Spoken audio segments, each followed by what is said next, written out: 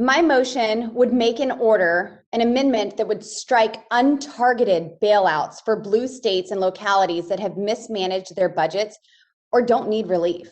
Mr. Chairman, over the past year, Congress has already provided nearly $360 billion for states and local governments through 5 different COVID bills. Much of this relief was untargeted and benefited states like New York and counties like Boulder in my state of Colorado that didn't need or deserve this funding. This bill now presumes to spend $500 billion on the same endeavor. Let me remind If you. the member can suspend for just a second, stop the clock. Would everybody please check their computer? I think we're getting a lot of background noise. Make sure you're muted. Thank you very much. The member from Colorado may continue. This bill now presumes to spend $500 billion on the same endeavor. Let me remind you, that amount is nearly 3 times what the bill actually provides for combating the COVID-19 pandemic. Much of this money will reward politicians that have kept in place draconian lockdowns despite scientific evidence and data that proves them unnecessary. To make matters worse, partisan Democrats responsible for these lockdowns have operated under do as I say, not as I do policies. From Gavin Newsom going to a party at the French Laundry with his elite friends to Nancy Pelosi's blowout. Her hair does look nice, by the way. To Denver Mayor Hancock's Thanksgiving, Mississippi trip.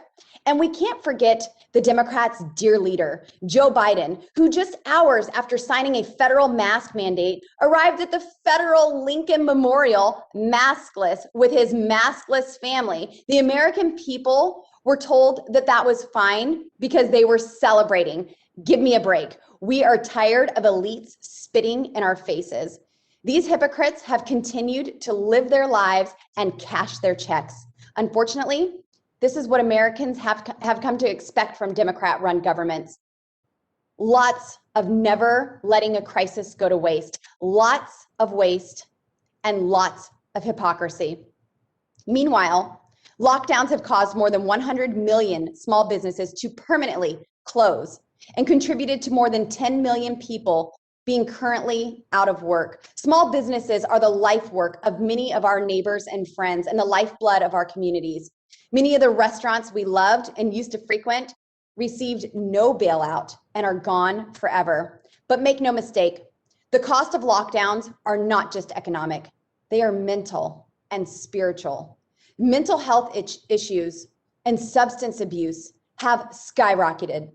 Education has declined and students have fallen behind. Our youth is suffering from loneliness and depression. Our military suffers from the same. The bottom line is that this bill directs 90% of its money to the wrong targets. It rewards blue states and localities that continue to force unnecessary lockdowns on the American people, that have mismanaged their budgets and simply don't need this funding. With $4 trillion already spent on 5 COVID bills, no one can argue that Congress hasn't spent enough money already.